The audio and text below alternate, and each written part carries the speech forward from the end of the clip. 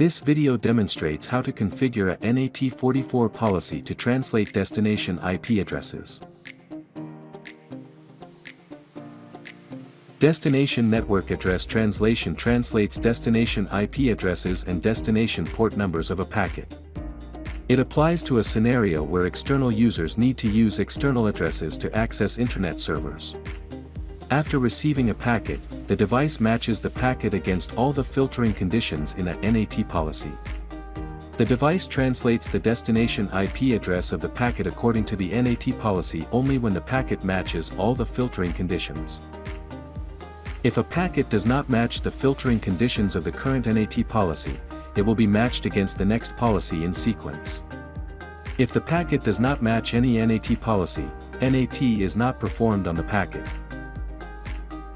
For scenarios where an internet server needs to provide services to external networks, besides configuring NAT policies, you can configure port mapping policies to meet access requirements. The differences between DNAT and port mapping are as follows. DNAT supports one-to-one full port mapping between public and private addresses. IP services and TCP and UDP ports are supported. Compared with port mapping, DNAT configuration is more flexible. Port mapping can be used to distinguish multiple internet services at the same public IP address based on different ports. TCP and UDP ports and NAT loopback are supported. Compared with DNAT, port mapping configuration is simpler. A port mapping policy takes precedence over a NAT policy in matching. The following steps demonstrate how to configure destination NAT to meet the specified networking requirements.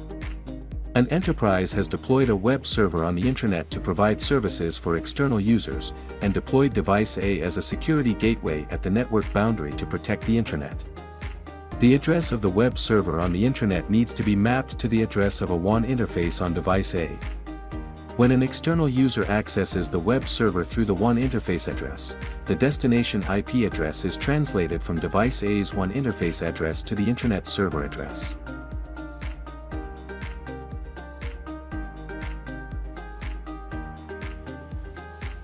In this example, port mapping and destination NAT44 have the same configuration effect, so you can perform either configuration. A port mapping policy takes precedence over a NAT policy in matching. Before configuring a NAT policy, complete basic internet access configuration according to network planning, which is not shown in this video. Log into eWeb of device A, and choose Policy. Then NAT Policy. Then NAT. Click Create to create a NAT policy. Set NAT mode to DNAT. Enter the policy name. Time range specifies the effective time of the policy. In this example, NE is selected, indicating that the policy takes effect permanently. In the packet before NAT area, set packet filtering conditions. The device performs NAT only when all conditions are matched. Set SRC, security zone and interface to the security zone where the WAN interface of the device resides. Set SRC, address to any, indicating that no source IP address is specified. Set dest, address to the IP address of the device's WAN interface to map the web server's IP address to this IP address.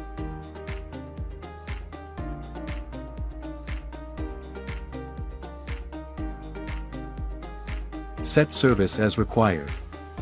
In this example, set it to a custom service using the TCP protocol and a destination port of 14,430.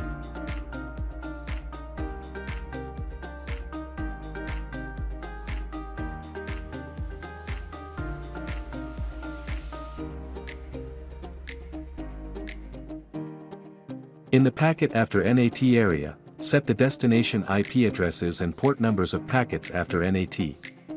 Set IP to the IP address of the Internet web server. Set port to the port number of the Internet web server.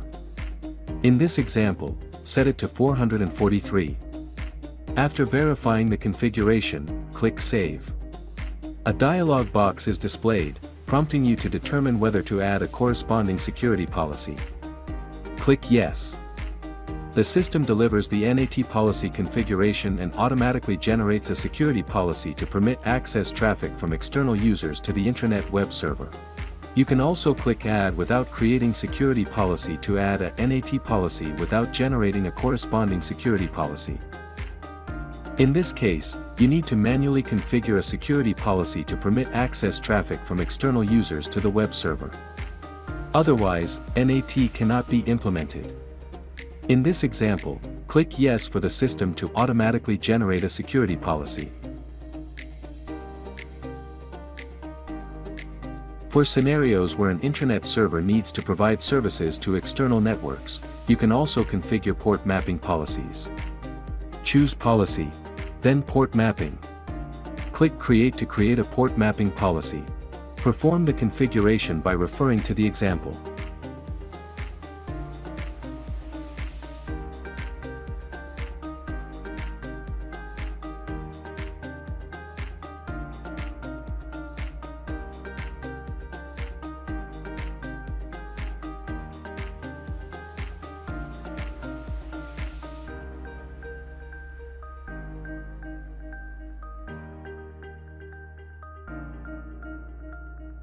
Verify that external users can access the intranet server using the URL https://12.1.1.1:14430.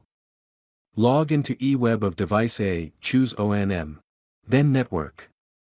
Then Session. Then Session Details to view the corresponding session.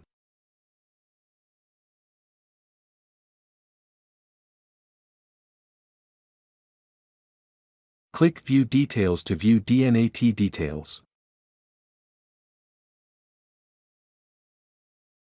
Thank you for watching.